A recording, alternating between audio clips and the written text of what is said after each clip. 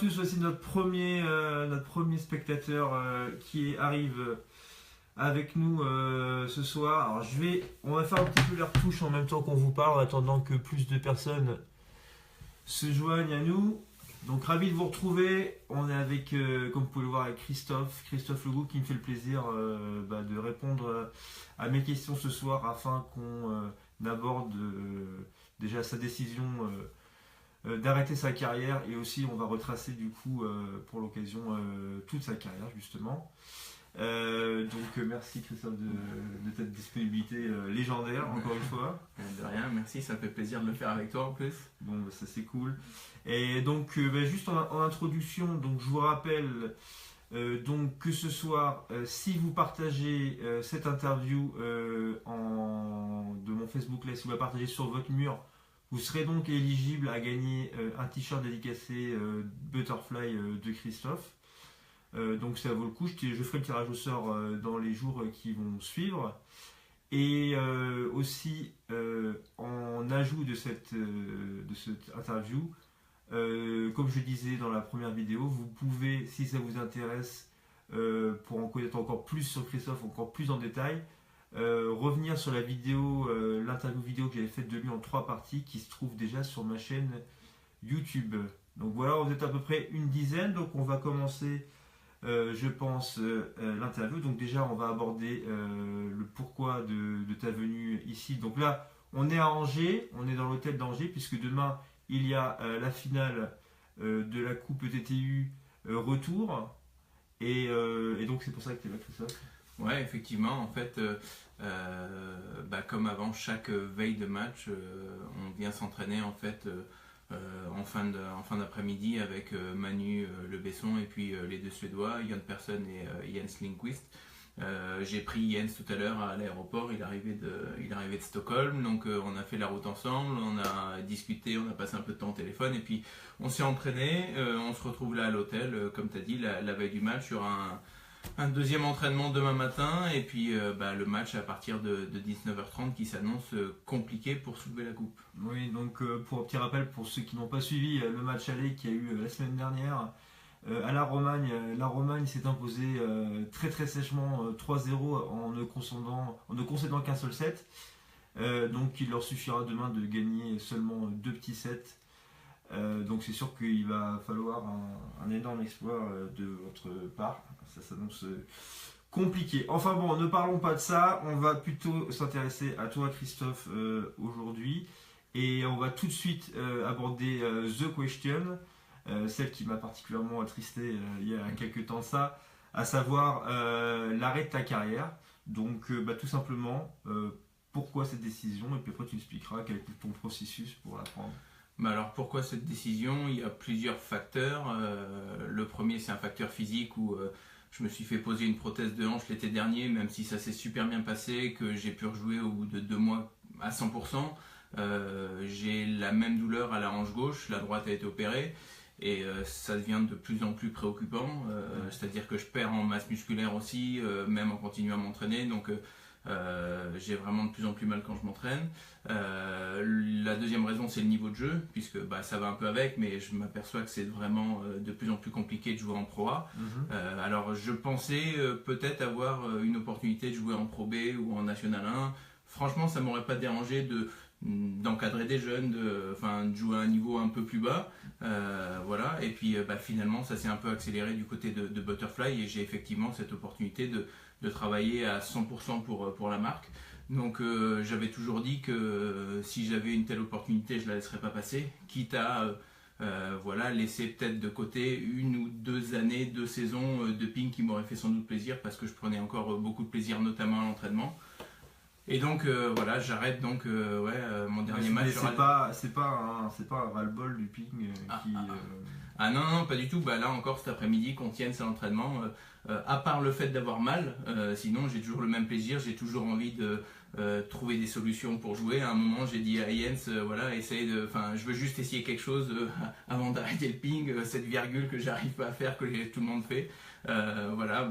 Toujours le même plaisir, la même envie, le même plaisir d'être dans les salles, de croiser les copains, mais non, c'est juste. Pas d'usure, pas l'usure mentale. Non, l'usure de la hanche. L'usure de la hanche, d'accord. Ah non, je savais pas que tu avais des douleurs comme ça. Ouais, si. D'accord. Donc effectivement, on peut comprendre. Et au niveau de ton entourage, est-ce que c'est quelque chose à qui tu fais avec ta femme peut-être, avec tes proches, est-ce que tu t'es concerté, vous êtes concerté, ou c'est uniquement une initiative personnelle? Non, bah, c'est forcément à 43 ans, presque 44, en étant marié, père de 3 enfants, ça peut pas être juste une initiative personnelle parce qu'il y a d'autres trucs qui rentrent en jeu. T'imagines bien. Ça fait un moment que que j'y pense parce que déjà parce que ça fait 15 ans qu'on me parle de ma reconversion, comme Damien en rigolait souvent, mais c'est vrai. Et donc j'estime avoir duré relativement longtemps. Encore une fois, 43 ans, être encore sportif de haut niveau, c'est ma 27e saison en pro, c'est vraiment exceptionnel. Maintenant, c'est vrai que quand on se met à... Comment ils ont réagi? Est-ce qu'ils sont plutôt contents? Peut-être parce que tu risques peut-être d'être moins parti, peut-être, je sais pas. Alors, moins parti, ce qui est sûr, c'est qu'a priori, je coucherai plus souvent chez moi le soir. Après, moins parti, la journée, je sais pas, parce que je vais devoir continuer, me déplacer dans les clubs, continuer à voir les joueurs. Ce qui m'enchante, hein, je me vois difficilement faire 8h, 17h dans un bureau, et voilà. Par rapport... T'as senti du soutien ou ils ont dit dommage? Non, je pense que encore une fois, hein, le niveau. J'ai eu la chance d'avoir 3 saisons supplémentaires à Angers, alors que quand je suis parti d'Istres, je pensais vraiment. J'avais fait une vraiment mauvaise dernière saison avec Istres, c'était ma 9e. Je pensais que j'allais jouer en Pro B, j'ai fait un super championnat de France, c'était à La Roche-sur-Yon, en perdant en finale contre Stéphane Wesch. Et Gérard Sarrazin, le président d'Angers, m'a proposé un nouveau contrat. Et franchement, j'ai eu cette chance-là de pouvoir rejouer 3 ans à haut niveau. Et d'ailleurs, on joue la finale retour de Coupe d'Europe demain. Alors même si j'ai beaucoup moins joué que les années précédentes, j'ai continué à m'éclater. Et ça a été exceptionnel de pouvoir encore jouer à ce niveau-là et m'entraîner avec des joueurs avec mes partenaires. Et après, c'est vrai que comme je te disais, c'est mûrement réfléchi. Et pour l'instant, le fait d'arrêter ne me coûte pas du tout. Parce que, je dis pas que j'aurai pas la gorge nouée au dernier match. Hein, je pense que ça va être vraiment dur au dernier match contre Roanne le 6 juin.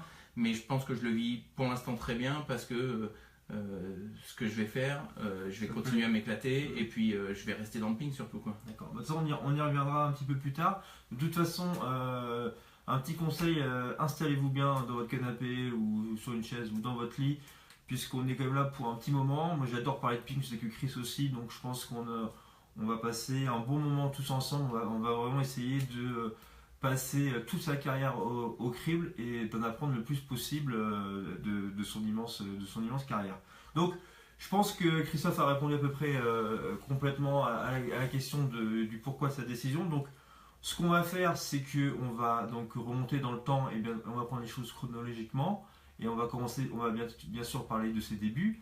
Comme je l'ai déjà dit, j'ai déjà fait une interview de Christophe il y a 3 ans, très très complète, très en détail sur tout le début de sa carrière notamment. Donc je vais peut-être moins rentrer dans les détails, je vais essayer de poser d'autres questions.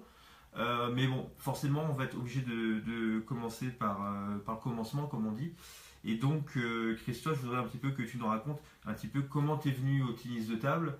L'une de tes particularités, c'est que tu as commencé relativement tard, si je ne dis pas de bêtises. Ouais, à 11 ans. À 11 ans.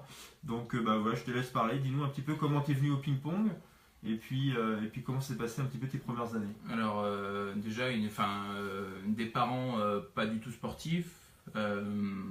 2 sœurs, dont une sœur jumelle pas du tout sportive, et une grande sœur. On habitait dans les Alpes-Maritimes au-dessus de Nice, dans un petit village au-dessus de Nice qui s'appelait Vence. Et il y avait un club de karaté, donc j'ai commencé par le karaté. Je me suis éclaté de 5 ans à 12 ans. J'ai été ceinture marron, champion régional. Et puis un jour, on est parti en vacances avec mes parents. On a fait une croisière. Et sur le bateau, il y avait 2 tables de ping. Et en fait, je demandais souvent à ma maman de jouer. Je savais qu'elle était capable de jouer, de me faire jouer en tout cas. Et ça m'a vraiment éclaté de jouer au ping. Et en rentrant dans la ville où on habitait, donc Vence dans les Alpes-Maritimes, il n'y avait pas de club de ping encore. C'était une ville de 15 000 habitants, il n'y avait pas de club. Et mes parents, qui étaient assez impliqués dans la vie associative, et puis ma maman avait une pharmacie là-bas, ils ont décidé de créer un club pour que je puisse jouer. Et ils avaient un ami qui était assureur, qui jouait lui au ping, qui était venu jouer sur notre terrasse et qui avait vu que j'avais quelques habiletés. Et donc c'est parti comme ça en fait. D'accord. Et donc du coup, on va essayer un petit peu de... On va pas rentrer, comme je dis, pas vraiment dans les détails, on va juste essayer vraiment tout de suite de voir un petit peu quelle a été ta courbe de progression et quels ont été un peu tes temps de passage jusqu'à, on va dire, jusqu'à que tu rentres à l'INSEP en fait. Tu es rentré à l'INSEP à quel âge? À 17 ans. 17 ans. Donc, entre tes débuts et ton rentrée à l'INSEP, il y a seulement 6 ans, Ouais. ce qui est quand même extrêmement peu. Mhm. Donc déjà, comment t'expliques et quels ont été les facteurs d'une telle progression quoi? Alors, le fait d'avoir commencé tard, je dirais, enfin, pour moi, forcément, maintenant, avec le recul, n'a pas été vraiment un handicap puisque j'ai réussi à rattraper le wagon de tête relativement vite. Mais en fait, à 11 ans, donc première saison au club de Vence avec aucun entraîneur, juste, voilà, c'était mon père qui entraînait mais qui n'avait jamais joué au ping, c'est-à-dire qu'il organisait la salle, voilà, tout simplement. Derrière, je change de club, donc justement pour avoir un entraîneur, je vais à un club à Nice où il y avait un entraîneur réputé dans la région qui s'appelait Jean-Louis Pellingelli. Et à cette époque-là, l'ancien DTN qui s'appelait Jean-Pierre de Quirez, qui travaillait donc sur Paris, est muté dans les Alpes-Maritimes et rejoint ce club-là. Et j'ai commencé vraiment à m'entraîner, et notamment au service, puisque ça fait partie vraiment intégrante de mon jeu, surtout tout au long de ma carrière. Et ce type-là, enfin cet entraîneur-là, me donne vraiment l'amour de travailler le service, c'est-à-dire avec des zones, avec des cibles, voilà. Et c'est vrai que j'ai toujours gardé ça. Et puis en 86, je rejoins le club d'Antibes où je joue mon premier match de national. Et puis en 89, je rejoins le club de Cestas et en 88, juste avant, j'intègre le centre de haut niveau de Talence. Et donc, tu es passé par Talence avec Je suis passé... Régis Canor. Voilà, en fait, l'année d'avant, j'ai passé les tests d'entrée pour Montpellier. J'avais été pris, mais mes parents n'étaient pas trop chauds de me laisser partir à Montpellier. En fait, ils trouvaient notamment que le suivi scolaire n'était pas exceptionnel. Et en fait, l'année d'après, on avait de la famille en région bordelaise. J'ai passé les tests pour Montpellier et Bordeaux. Et en me faisant domicilier à Bordeaux, puisque normalement on est par zone, affecté par zone, j'ai pu rentrer au centre de haut niveau de Talence, où là il y avait un suivi médical exceptionnel. Mes parents ont tout de suite eu un très bon contact avec Régis et Joël Canor, et il y avait un suivi médical, j'ai dit médical, mais scolaire et médical en tout cas super. D'accord. Et au niveau de tes résultats, donc est-ce que tu as été champion de France dans la catégorie jeune ou pas? Non, j'ai perdu 2 fois en finale, 2 fois sur Thierry Tran, donc était un joueur qui a priori avait 1 ou 2 ans de plus que Stéphane Lebrun et moi quand on était sur le podium. Mais la première année en fait, alors en rentrant en talent, je m'étais cassé le poignet, donc j'ai été descendu dans les échelons. J'arrivais pas à remonter d'interrégional, je m'étais pris, je me souviens, un bon soufflon par Régis Canor, et j'étais arrivé au Championnat de France en ayant le dossard 60, j'avais battu Laurent, je me rappelle plus de son prénom, ça va me revenir, en 16e de finale, qui était de série 3. Et j'avais perdu en demi sur Steph Lebrun, la première année c'était à Perpignan. Et derrière, j'ai fait 2 finales, une fois sur Thierry Tran, donc la première en perdant 12, 21, 19 je crois, et la deuxième en menant 15-9 à la belle. Et pour revenir sur ta question d'avant sur les temps de passage, en fait, alors à l'époque avec les anciens classements, j'ai fait non classé 45, 35, 20. Je suis resté une année 20 parce qu'en fait quand on changeait de ligue à l'époque, on ne pouvait pas prendre de classement. Et j'ai été muté d'Antibes à Cestas. Et après, je suis monté numéro 22, numéro 13. Voilà. Et donc, on retient classé 20. Alors, pour les plus jeunes d'entre vous, ça ne vous parlera pas. Classé 20, ça doit équivalent à peu près maintenant à numéro 500. Ouais, sans doute. Ouais. Numéro 500 à numéro 22, français. Parce qu'à l'époque, le classement était différent. Enfin, il y a 2 classements splittés entre les étrangers et les Français. Donc, il était vraiment 22e français, français quoi, entre guillemets. D'accord. Et donc, à 17 ans, tu rentres à l'INSEP. Donc, là, on est en 1989, 90. Ouais, 90. Ouais. En fait, j'ai passé, je pense, les 2 plus belles années de ma vie au centre de haut niveau de Talence. D'accord. C'était, enfin, déjà, je suis parti de chez moi alors que je m'entendais très bien avec mes parents et avec mes sœurs, mais j'ai vraiment découvert ce que c'était de vivre avec des copains, de partager sa chambre. J'étais choyé chez moi, mais pour donner un exemple, je m'étais jamais fait mes tartines de ma vie, quoi. Et donc tu te retrouves à 15 ans en centre de haut niveau et tu te dis, ouais, là, va falloir que tu te démerdes un peu, quoi. Et ça a été exceptionnel parce qu'il y avait un groupe super. on avait quand même pas mal de liberté voilà, j'avais 15 ans, moi j'habitais donc, je jouais encore la première année à Antibes, et donc un week-end sur deux je rentrais pour les matchs de championnat, et donc l'autre week-end je restais à Antibes, je restais à Talence pour m'entraîner. Et puis j'avais le samedi pour aller me balader dans Bordeaux, et quand tu as 15 ans, 16 ans et que tu as cette liberté là, c'était exceptionnel quoi. Ouais. Et donc voilà, je me suis vraiment régalé ces 2 années à l'entraînement, et j'ai eu Régis qui m'a vraiment pris sous son aile et qui m'a fait sacrément progresser quoi. Et donc 2 ans après j'ai intégré l'INSEP. D'accord, donc début des années 90, tu rentres à l'INSEP, entre guillemets tout seul, ou il y a eu d'autres joueurs de talents qui sont rentrés en même temps que toi, ou, Non, je suis rentré tout seul. C'était un peu la grande aventure pour toi de monter sur Paris, toi qui venais du Sud Alors déjà de quitter Nice pour Bordeaux, ça a été déjà une belle aventure, mais Steph Lebrun était rentré l'année d'avant, on se connaissait déjà pas mal, puisque lui jouait aussi dans la région Provence-Côte d'Azur, moi il jouait à Arles, je jouais à Antibes, on s'était joué, et puis c'était vraiment c'était la star dans les catégories jeunes. Et donc j'ai été accueilli, on était dans la même chambre à l'INSEP, donc on se connaissait, ça a été vachement plus simple au niveau de l'intégration, c'est évident. Et puis à partir du moment où je suis rentré à l'INSEP, j'avais qu'un rêve, c'était être numéro 1 mondial, donc je savais pourquoi j'étais là quoi. Mais ça n'a pas été difficile de t'acclimater Alors ça a été difficile en fait de pas suivre, alors c'est la plus grosse difficulté de l'INSEP en fait, c'est d'arriver à se mettre à l'écart du groupe pour vivre son projet à fond, et en même temps de rester pote avec le groupe, parce qu'on sait que quand on n'est pas là en général c'est moins simple, et donc ça a été toute la difficulté. Il faut une sacrée force de caractère, c'est pour ça que je pense que c'est pas donné à tout le monde, et qu'il y en a pas mal qui se sont cassés les dents. En 25 ans, moi j'ai fait 25 ans, 27 ans même d'INSEP, j'en ai vu pas mal, j'en ai vu pas mal passer, des talentueux, des besogneux, des travailleurs, enfin un peu de tout. Et en fait, c'est ça, je pense, qui est le plus dur à l'INSEP en fait. Ouais, c'est ça qui est le plus dur. Ok, c'est apprendre aussi de l'autonomie, parce qu'on se retrouve là vraiment. Moi j'y ai passé 8 ans aussi, donc j'ai aussi ma petite expérience sur l'INSEP. C'est aussi l'apprentissage de l'autonomie. Parce que moi je sais que par rapport à un pôle, on est beaucoup plus livré quand même à soi-même. Surtout quand on approche les 18 ans. Moi je sais que les entraîneurs commencent à nous dire vous êtes grand, vous gérez, et peut-être même trop. En fait le truc c'est encore jeune, tu sors de Talence, tu as passé de 15 ans à 17 ans, il y a en tout et pour tout 80 sportifs à Talence. Tu rentres, t'es pas très bon, tu sors, t'es quasiment la petite star de Talence, voilà. Et puis tu arrives à l'INSEP où déjà personne te connaît, t'es le moins bon non seulement de la salle de ping mais de tous les sportifs quasiment, voilà. Donc en fait, et puis il y a 600 ou 700 sportifs, il n'y en a pas 80, donc vraiment t'es dans l'anonymat le plus complet, et déjà ça fait un sacré choc. Et puis comme on disait,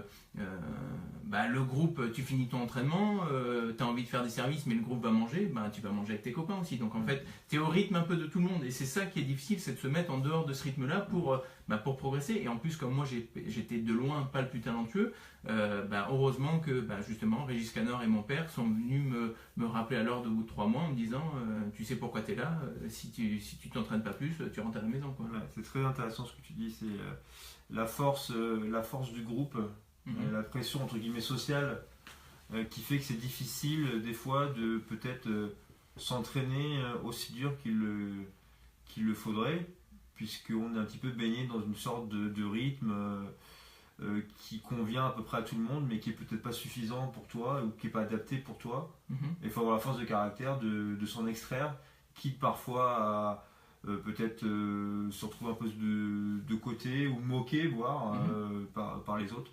Donc ça, c'est vrai que c'est quelque chose aussi que j'ai vécu, donc ça c'est très, très intéressant à savoir. Donc quand tu rentres à INSEP, donc on va donner un petit peu des noms pour que les gens se situent un petit peu. Il y avait qui s'entraînait là-bas? C'était quoi un peu le groupe garçon ces années-là? Le groupe garçon, ça va de Filou, donc Jean-Philippe Gatien, Patrick Chila, Damien Eloi, Nicolas Châtelain, Olivier Marmurek, Didier Maumessin, Laurent Cyril, c'est de lui dont je cherchais le prénom. Steph Lebrun, Didier Jourdain à l'époque, Nico Châtelain. Et l'ancienne génération, il y avait quoi? Decré jouait encore? Non, Decré, Jean-Claude avait arrêté depuis, il a arrêté assez tôt. Christian Martin était l'adjoint de Michel Gadal au niveau de l'entraînement. Je jouais pas mal avec les filles. À l'époque, c'était Manu Kuba, Wong Xiaoming, voilà, Sandrine Derrien, Sylvie Plaisant, Agnès Levanic. Donc là, on s'adresse aux plus anciens de nos spectateurs. Et en fait, mon leitmotiv quand je suis arrivé, c'est que je me suis dit, je vais essayer de prendre le meilleur de tout le monde. C'est-à-dire, je voyais Philou comment il s'entraînait. Ouais, c'est très intéressant. Je trouvais que c'était, enfin, l'intensité qu'il mettait dans l'entraînement, je trouvais que c'était exceptionnel. Je me suis dit, il faut que j'arrive à tendre vers ça. Je voyais Didier Jourdain.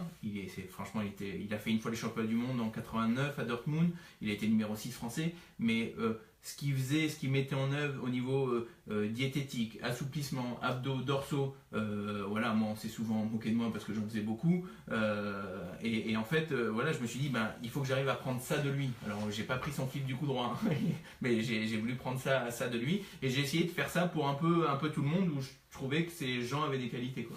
D'accord, c'est vraiment intéressant. Et au niveau de l'encadrement, c'est qui entraînait à cette époque-là? À l'époque, il y avait Michel Gadal qui entraînait les plus anciens, donc ils n'étaient pas vieux, hein, ils avaient 24 ans, 23-24 ans, Damien, Patrick, Philou, voilà. Et puis Christian Martin qui entraînait les plus jeunes. Donc il entraînait Steph, Lebrun, Thierry Tral, Laurent Cyril et moi, voilà. Et puis il y avait des relanceurs aussi qui venaient. D'accord. On pourrait encore parler de l'INSEP pendant des heures, donc on va quand même essayer un petit peu d'avancer, sinon on est encore là jusqu'à 5h du matin, parce que j'ai vraiment plein de questions qui sont prévues.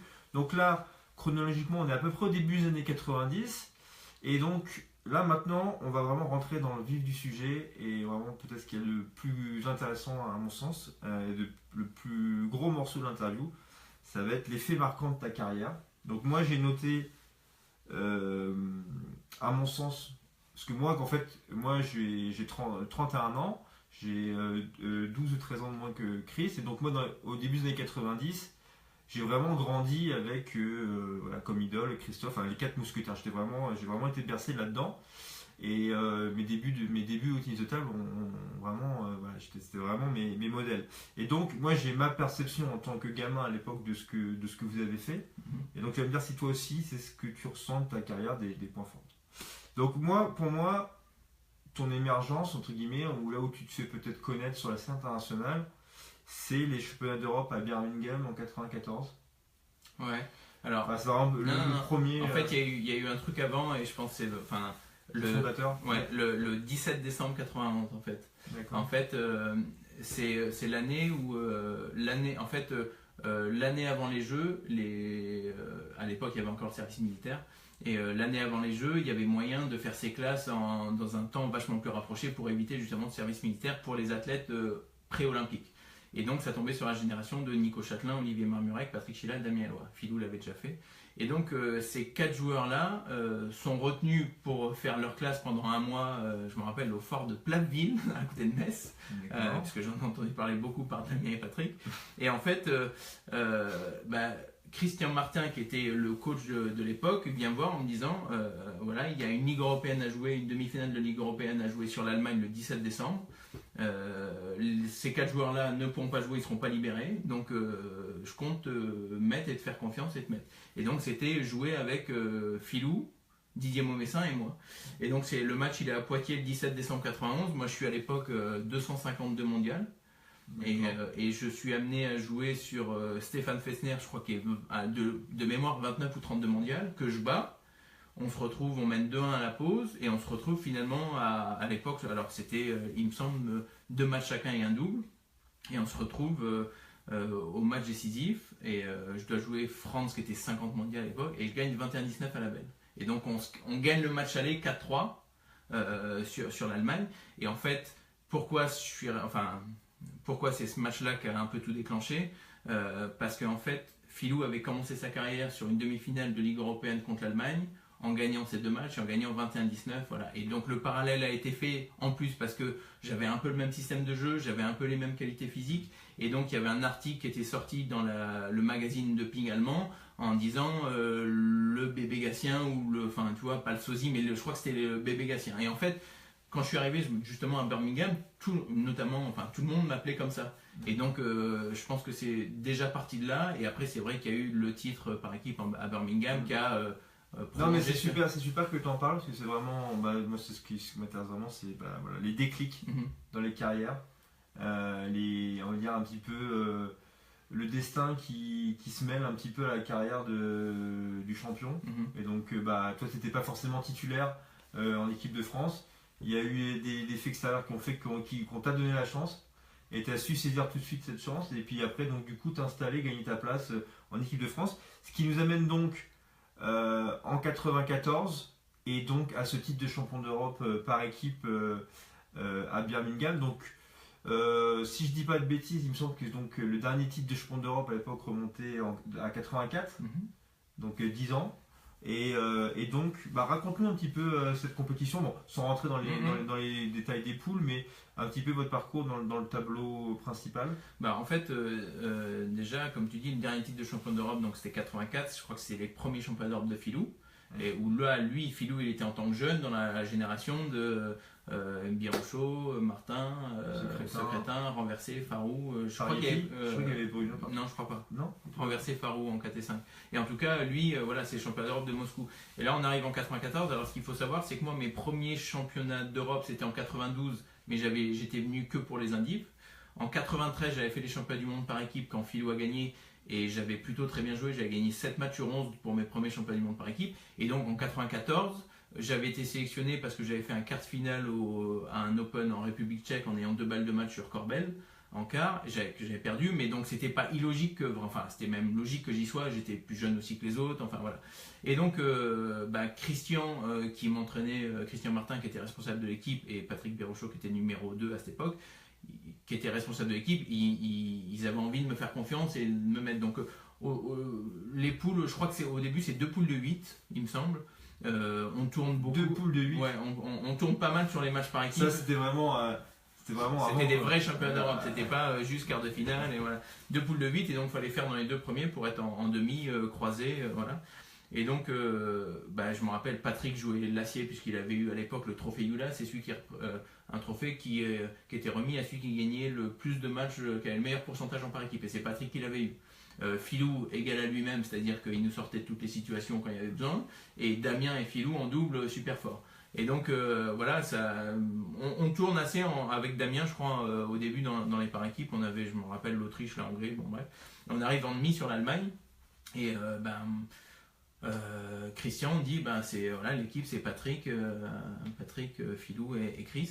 Et donc sur l'Allemagne, au dernier match, perd France dans mon premier match, là, dans la première rotation. Vous êtes à 3-3. On est en demi, et là, dans la première rotation, je perds sur France. D'accord. On est mené 3-2, je crois, Filou joue Roscoff, donc dos au mur, comme d'hab, il gagne. Voilà. Merci Filou. Et donc à 3-3, je joue contre Peter Franz, et je gagne 21. Non, je joue Fessner par contre. J'avais perdu Franz, donc je joue Fessner. Et je gagne 21-18 à la belle. Donc on est en finale, super, machin, et donc on est en finale sur la Suède. Et qui faisait office de grandissime favori. Carlson, il devenait monstrueux à cette époque-là, Wallner, mais sauf que personne n'avait eu un accident de voiture et il n'était pas là. Et donc le troisième, c'était Lindt ou Von Schill. Et c'était bien plus accessible tout de suite.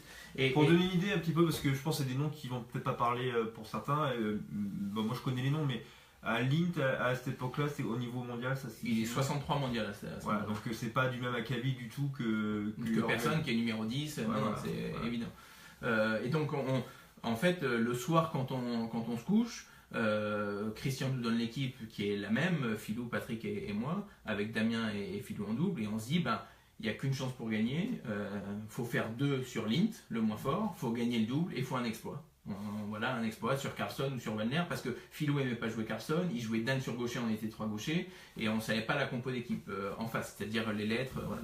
Et tu te parlais tout à l'heure d'opportunisme que j'avais eu sur le match de Ligue européenne contre l'Allemagne en 91, et là c'est pareil, on s'est dit, et moi je me souviens, c'est un mot qui revenait souvent dans la bouche de Filou, qui disait faut être opportuniste les gars, et en fait, voilà, il n'y avait pas Jürgen, et on avait cette petite chance, et il fallait qu'on soit opportuniste. Et donc, premier match, moi je perds Valner, je perds le premier, je mène 20-16 au deuxième, je le perds. Filou perd Carlson, Filou doit battre Lint, ou je sais plus, enfin bon, bref, on se retrouve, on est mené 3-2. Patrick joue contre Carlson, qui est un des meilleurs joueurs du tournoi, avec Patrick. Moi je vais au vestiaire pour à l'époque coller ma raquette avant le match. Patrick est mené 1-0 15-10, je reviens voir au fond de l'air de la salle, il gagne 21-19, il est mené 15-10 à la belle et il gagne 21-19 sur un flip du coup droit monstrueux. Et donc j'arrive pour jouer le dernier match. Et à cette époque-là, t'es combien mondial? À cette époque-là, je dois être, je dirais 100 ou 110. Ouais, donc t'es en perf. Oui, je suis en perf. Et de toute façon, ce match-là, enfin, aujourd'hui, jouer en contre un match comme ça, je baliserais. Et donc, en fait, ouais, j'arrive sur Lint. Filou m'a dit après, tu m'as fait peur quand tu es arrivé sur le banc. Enfin, tu étais dans un tel état. Et c'est vrai que j'étais comme un fou. Et je me rappelle très bien des mots de Christian Martin qui m'avait dit, Chris, c'est pas la peine d'hurler comme un fou dès les premiers points. Il faut être lucide quand même le maximum de temps. Et en fait, je mène tout le premier, je le perds. Je gagne le deuxième assez facile. Et à la belle, en fait, je me souviens, il y a un point 9-6 en revers que je gagne. Et à partir de là, je peux pas dire que je me souviens de rien, mais j'étais dans un état un peu second.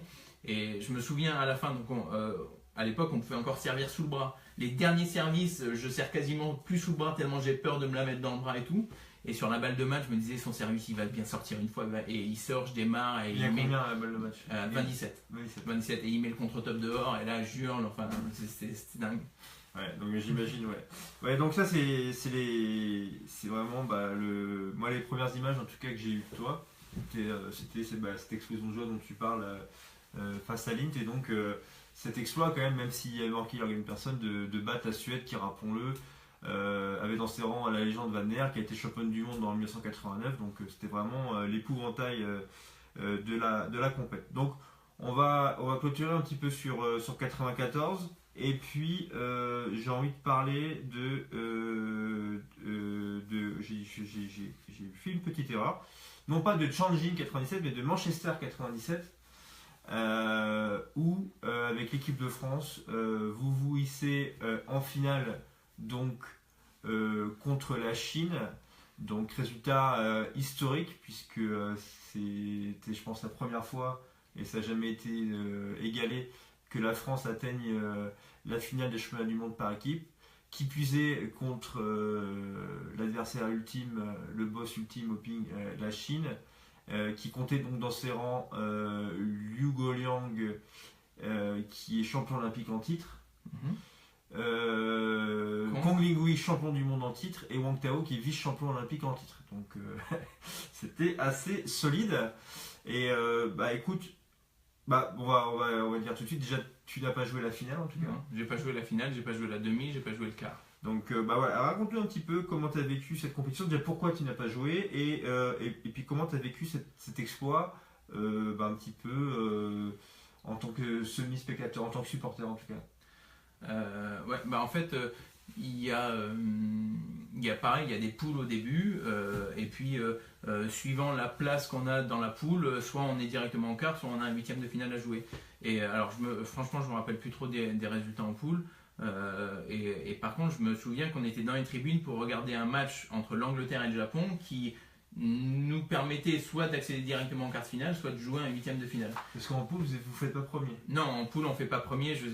On perd le Japon, je crois, avec les deux défenseurs, Matsushita et Shibutani, et Izikawa. Et c'est sûr, parce que moi, je l'avais joué et je l'avais perdu. Et j'avais pas remis, un japonais qui servait du revers, j'avais pas remis un service.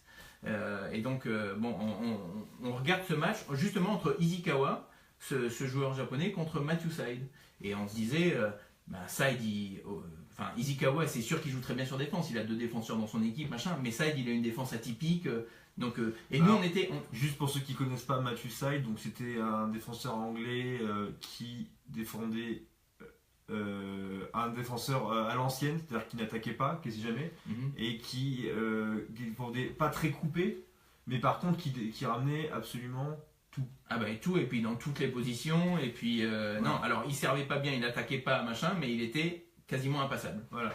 Et donc on regarde ce match-là et nous pour les Anglais, il faut que Side batte Izikawa pour qu'on s'en sorte. On voit les 3 premiers points, on se dit bon ben on peut rentrer à l'hôtel.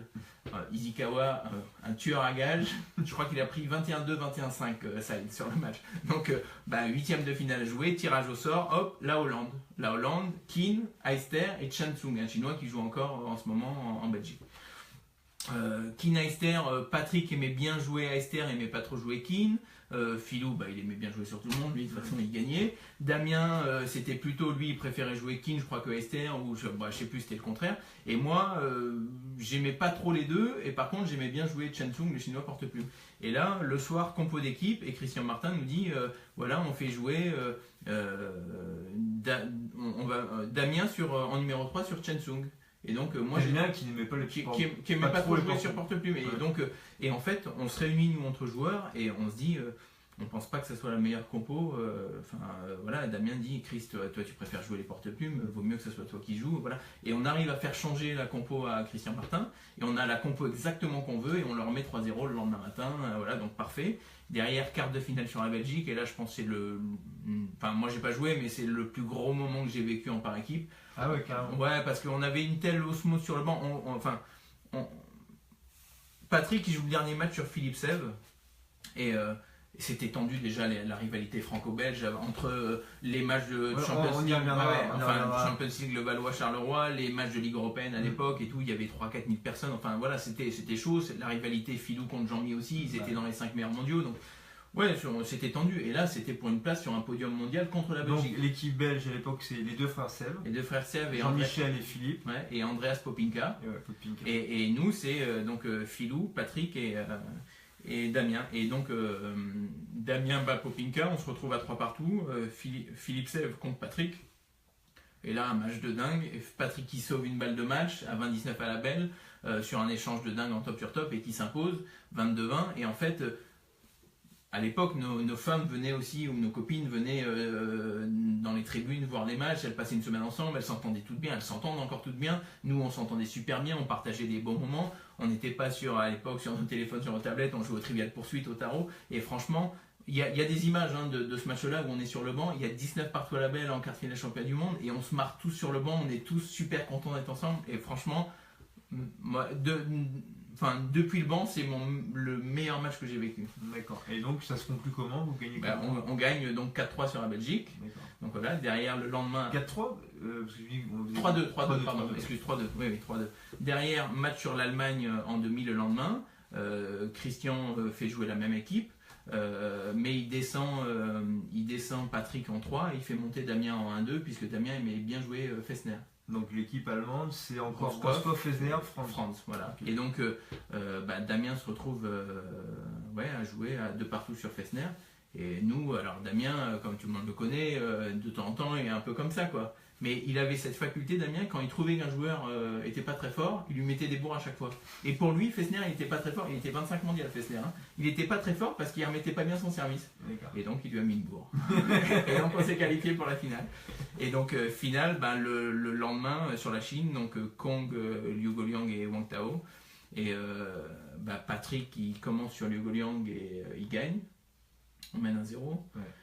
Et en fait, à la fin du premier set, Patrick il revient au coaching et il dit il était champion olympique en titre, le gars. Il dit mais il fait rien en fait. Style, il est nul en fait. J'en fais ce que je veux quoi. Oui, j'en ai reparlé quelques années après avec. Et donc Patrick gagne et après Philou qui avait jamais battu Kong, il mène un peu sur Kong. Je crois qu'il mène 1-0-9-6 et il perd et Damien perd 21-16 et 32-30 je crois sur 32-30. Voilà. J'ai revu ce match il n'y a pas longtemps. Et d'accord. Et donc du coup. Pour finir, Philou perd contre Liu Goliang, donc ça fait 3-1. Mais voilà, vous étiez quand même loin d'être ridicule et vous avez vraiment joué cette finale à 100%. Donc justement, c'est bien ce que tu me permets la transition parfaitement, puisque je voulais aussi aborder justement cette période des années 90 qui, pour tout pongiste qui jouait, qui suivait le tennis de table à cette époque-là, qui est la grande époque de ce qu'on va appeler les mousquetaires, donc Gatien, Sheila, Éloi et toi, qui formaient un groupe ultra, enfin Gatien bien entendu en numéro 1, mais un groupe ultra homogène qui vous est situé à peu près tous dans le top 20 mondial. et qui se déplaçait, ça je sais que vous l'avez souvent dit, et qui était génial à l'époque, c'est que vous vous déplacez tout le temps pour gagner dans les compétitions auxquelles vous vous rendiez. Et justement, je voulais un petit peu que tu nous parles un peu de cette période, quand elle a commencé, est-ce que déjà de l'intérieur, vous aviez l'impression d'être vraiment, entre guillemets, 4 comme ça voilà, raconte-nous un peu cette aventure humaine. Ah, on n'avait pas l'impression d'être 4 parce qu'au début on n'était pas 4, on était plutôt alors 5 c'est sûr avec Nicolas Châtelain parce qu'il a été 45 mondial Nico avant les Jeux de Sydney en 99. Donc, 45 mondial. Malheureusement pour lui, vous étiez là et donc il est passé un peu inaperçu alors qu'il a eu une carrière. Il a une carrière incroyable quand même en battant 3 fois Valner et puis voilà 45 mondial, donc ça parle. Et puis il y avait aussi le groupe derrière, Didier Maumessin, Olivier Marmurek, Steph Lebrun, Eric Varin. Voilà. Et donc en fait, on savait, je pense, tous, on était conscients que. Parce qu'on s'entraînait tous ensemble à l'INSEP, on était conscient que si nous on était arrivé à ce haut niveau, ok, on avait sans doute peut-être plus de qualité, que ce soit du talent, du travail, machin, mais c'était aussi grâce à tout le groupe, on s'entraînait tout le temps ensemble. Donc je pense on n'a pas eu souvent l'occasion de les remercier en direct, je le fais peut-être au nom de tout le monde là, mais franchement, on savait qu'on leur devait beaucoup. Après, on était un peu peut-être les ambassadeurs de ce groupe-là à l'étranger, mais c'est vrai que c'était une chance incroyable. Alors, on n'en a pas pris conscience tout de suite, ça a démarré en 94 avec le titre. Et c'est vrai que si on regarde jusqu'en 99, à chaque fois on fait un résultat, c'est-à-dire 94 on gagne par équipe aux Europes, 95 on fait podium à Tianjin, au championnat du monde, 96 on fait vice-champion d'Europe contre la Suède à Bratislava, 97 vice-champion du monde, 98 on gagne les Europes à Eindhoven, voilà, et après ça a commencé à s'éviter un petit peu en fait. Alors est-ce que c'est parce que là à ce moment-là on était 4 dans les 20, est-ce qu'on a plus joué en pensant à nos parcours individuels? J'ai pas la sensation, ça a un peu moins bien tourné, voilà. Mais justement, mais comment au quotidien ou dans les compétitions, comment c'était l'ambiance? Il y avait vraiment, c'était vraiment la franche camaraderie ou c'est juste que vous étiez tous les 4 là et puis sans plus quoi. Non, c'était la franche camaraderie parce qu'on partageait beaucoup de trucs. Alors, Philou, il était. C'était un guide, c'était une locomotive, c'était le meilleur exemple qu'on pouvait avoir. Et il savait passer du temps avec nous et en même temps, il avait, je pense aussi, un peu son jardin secret, mais parce que il était beaucoup plus exposé que nous. Voilà, donc il avait aussi plus de relations sans doute à avoir avec soit les entraîneurs, soit les gens de l'ITTF, soit voilà, des fois les arbitres. On en rigolait des fois en soirée, nous, on était entre nous et lui, souvent, il allait parler un peu plus sérieusement avec certaines personnes, mais il a toujours été de bons conseils. Et puis, on joue au tarot avec lui, on joue au trial poursuite avec lui, on se retrouvait tous dans la chambre des kinés qui avait aussi leur importance. Dire, c'était, on le dit toujours, c'est nos confidents dans ces compètes, mais dire si on a été aussi loin dans plein de compètes, c'est aussi grâce au médical de l'époque. Et non, de toute façon, si aujourd'hui on est encore aussi potes, c'est évident que les résultats soudent encore plus, ça c'est indéniable. Je veux dire, on aurait fait 17e des Europes et 32e des mondes, on serait peut-être un peu moins proche aujourd'hui. Mais tu penses vraiment, tu viens un peu de répondre à la question que je vais poser. Mais parce que pour moi aussi, j'ai aussi, forcément dans mon parcours de plongiste, j'ai noué des amitiés très fortes, mais qui se sont avérées avec le temps, avec la vie, comme tout à chacun. On s'est un petit peu perdu de vue. Vous, c'est pas forcément le cas. On a vraiment l'impression, enfin, moi je vous connais un petit peu, on a vraiment l'impression que il y a toujours, vous êtes toujours proches et qu'il y a encore ce lien entre vous, quoi.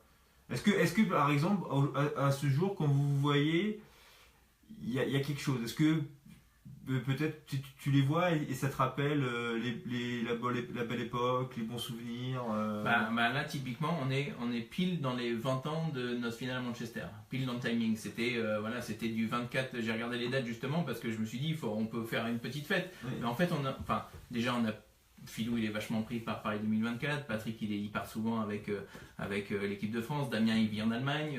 Voilà. Et en fait, moi, j'avais encore pas mal de matchs. Et en fait, je pense qu'on a même pas besoin de ça. Enfin, tu vois. Damien, il est parrain de la fille de Patrick. Moi, je suis parrain. Damien, maintenant, pas partir en Allemagne. Voilà, moi, je suis parrain du deuxième fils de de Damien. Enfin, je crois que Philou Ouais, est pas. Enfin, non, tout ça pour dire que ça dépasse vraiment les frontières du sport. Bien sûr, enfin, c'est monstrueux, enfin, de pouvoir dire. Et de toute façon, ok, je veux dire, il y a le titre de champion du monde de Philou, il y a la médaille olympique de Philou et Patrick, il y a celle, enfin voilà, il y a des titres, mais enfin, à la fin, quand on se voit, on parle pas de ça. Enfin, on est juste content d'être ensemble. Hein. Mais après, bon, peut-être que corrige-moi si je me trompe, mais peut-être que t'as pas la réponse, mais moi j'ai l'impression que nous les Français en général, et pas que les mousquetaires, vraiment, les Français en général à l'INSEP et en équipe de France, il y a toujours, à mon époque c'était le cas, je ne sais pas si c'est encore le cas, j'ai l'impression, vraiment une super ambiance entre les joueurs, et j'ai envie de dire, bien au-dessus peut-être des autres pays qui ont parfois une culture plus individualiste que la nôtre. Moi, bon, je connais pas bien, mais j'ai toujours entendu dire que Jürgen et Van Der n'ont pas toujours été les meilleurs amis du monde, qu'en Allemagne aussi, il y avait parfois entre certains joueurs des tensions, etc. Moi, des joueurs que je connais, des meilleurs joueurs étrangers, j'ai toujours trouvé les joueurs étrangers les bons, peut-être un peu plus individualistes que les Français, où on a vraiment cette culture du groupe et du par équipe. Ouais, c'est vrai, moi aussi, hein, je sais que Valner et personne ne s'entendaient pas dingue. J'ai cru longtemps que Grujic et Karakasevic s'entendaient bien, c'était pas forcément le cas. Kina Ester, c'est pareil. Et en même temps, moi j'ai eu des moments de tension avec Damien, on était numéro 3 et 4, voilà, c'était le choix de l'entraîneur. Alors c'était. Moi j'en voulais pas à Damien quand il jouait et Damien m'en voulait pas, mais c'était forcément tendu, on jouait notre place. On n'a qu'à voir la qualif, comment s'est passé la qualif pour les Jeux pour Sydney au championnat du monde à Eindhoven. Moi j'étais dans les tribunes, il fallait que Damien perde ça c'est intéressant. Pour que je me qualifie. Enfin voilà, si, il y a eu des moments de tension, et notamment les années pré-olympiques. Mais ce qui est certain, c'est que, comme tu le dis, moi je pense que déjà on a besoin de ça pour renverser un peu des montagnes. Et en même temps, le fait, je pense que on s'entraînait, et bon c'est encore quasiment le cas aujourd'hui, mais on s'entraînait tous ensemble. Ce qui n'était pas le cas des autres pays, et que les autres pays nous enviaient, et donc forcément ça crée des liens. Moi tout à l'heure, enfin j'ai appelé Quentin Robineau tout à l'heure pour le féliciter de sa sélection, il me dit tiens t'as le bonjour de Le Brot, on est en train de jouer au Scrabble. Voilà, ils étaient en train de se reposer, et en fait je me dis putain, et franchement je suis dans la voiture, je me suis dit mais c'est génial, enfin tu vois. C'est génial le Scrabble. Et